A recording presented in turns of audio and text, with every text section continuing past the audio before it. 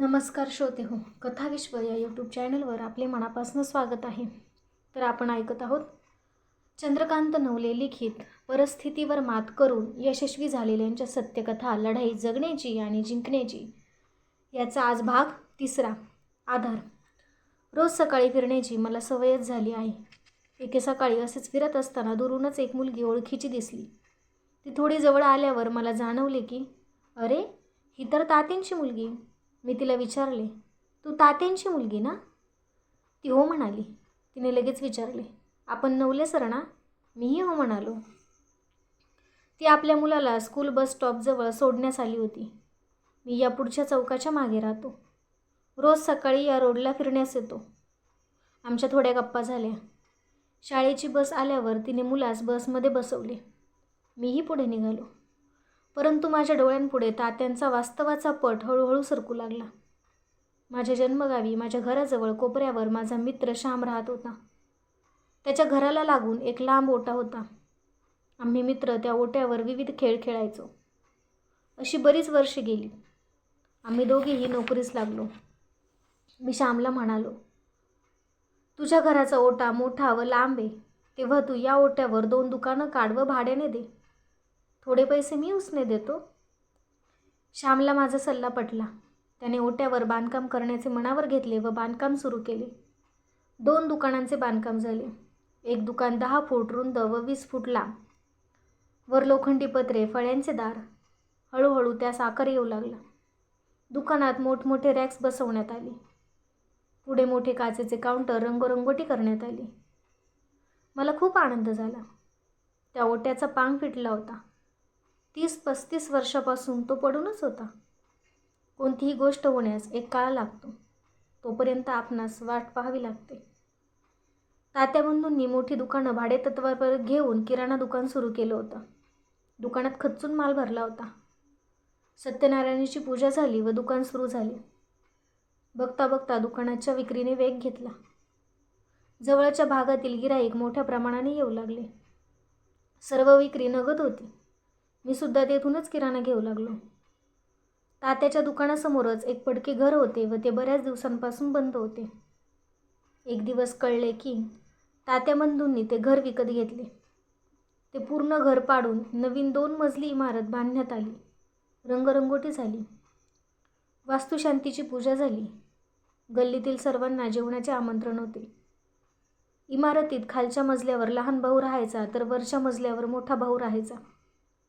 इकडे तिकडे चोहीकडे आनंदी आनंदगडे असे तात्या बंधूंचे झाले होते. पुढे काही दिवसांनी मोठ्या भावाने दुसऱ्या भागात आपला व्यवसाय सुरू केला. तरी तात्याचा धंदा जोरातच होता. गल्लीत त्यांची पत होती. दुकानाची प्रसिद्धी तात्याचे दुकान म्हणूनच होती. तात्याचे काम व्यवस्थित होते. पोशाखही नेहमी स्वच्छ व इस्त्री केलेला असायचा. कधी शर्ट इन असायचे, तर कधी झब्बा असायचा. गुळगुळीत दाढी असायची, कपाळी गंध असायचे. तात्याने नंतर नोकरवर्गाला उधारीने सामान देणे सुरू केले. त्यांनी गिरायकांसाठी डायऱ्या दिल्या. डायरीत आपण सर्व सामानाची यादी, वजन, नग लिहायचे व डायरी तात्यास द्यायची. तात्या लगेच नोकराच्या मदतीने सर्व किराणा काढून थैलीत, गोणीत भरून ठेवायचा व दुसऱ्या नोकराच्या हस्ते ज्याच्या त्याच्या घरी पोहोचता करायचं. पगार झाल्यावर पैसे देताना आपली बेरीज व तात्यांची बेरीज एकच यायची. एवढे तात्यांचे चोख काम होते. कोणत्या गिरायकाला काय हवे आहे ते तात्या घेऊन यायचे. नातवंडांना चॉकलेट, गोळ्या द्यायचे. तात्यांकडे नेहमी धार्मिक कार्यक्रम व्हायचे. मंगळागौर, महालक्ष्मी, नवरात्री वगैरे सर्व कार्यक्रमास तात्यांची बायको गल्लीतील महिलांना बोलवायची. तात्यांची पत्नी फारच धार्मिक वृत्तीची स्त्री होती.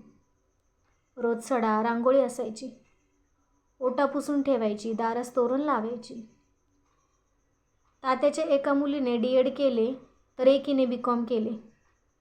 D.Ed मुलगी शिक्षिका असल्यामुळे तात्या मला बऱ्याच गोष्टी व रजेचे नियम विचारायचे. तात्यांनी दोन्ही मुलींची लग्ने थाटात केली. अशा प्रकारे तात्यांचे व्यवस्थित चालले होते. एका महिन्यास गावी गेलो. निवृत्ती वेतन घेतले व जुन्या घराकडे आलो. सर्वांना भेटत भेटत तात्याच्या दुकानाजवळ आलो. तात्या दुकानातच बसलेले होते, पण कमालीचे बदललेले होते.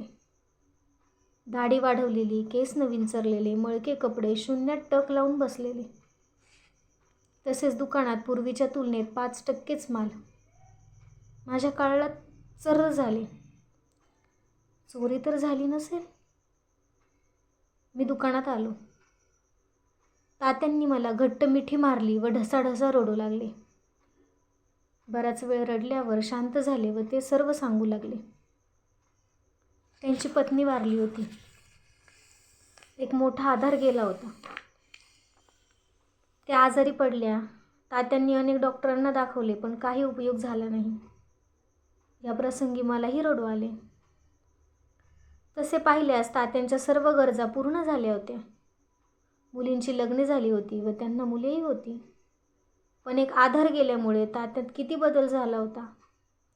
तेव्हाचे तात्या व आत्ताचे तात्या यात किती फरक जाणवत होता. या वयात पतीला पत्नीचा तर पत्नीला पतीचा आधार हवा असतो. या वयात प्रत्येकाला पत्नी हवी असते. सहचारिणी म्हणून त्यांच्या गरजा मर्यादित असतात. या वयात त्यांना संसार करायचा नसतो.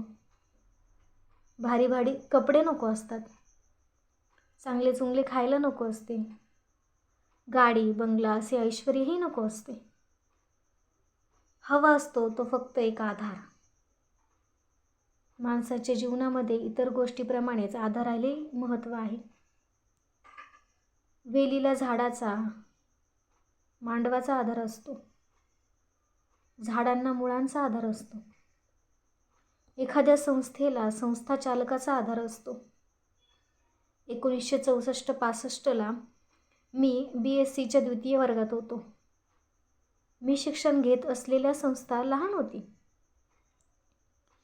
त्या वर्षी आमच्या संस्था चालकाचा मृत्यू झाला व आमची संस्था पोरकी झाली, बंद पडली. आम्हा विद्यार्थ्यांना इतर जिल्ह्याच्या ठिकाणी जावे लागले. आमच्यापैकी बऱ्याच विद्यार्थ्यांचे शिक्षण अपूर्ण राहिले. एवढा मोठा आधार गेल्याचा परिणाम झाला.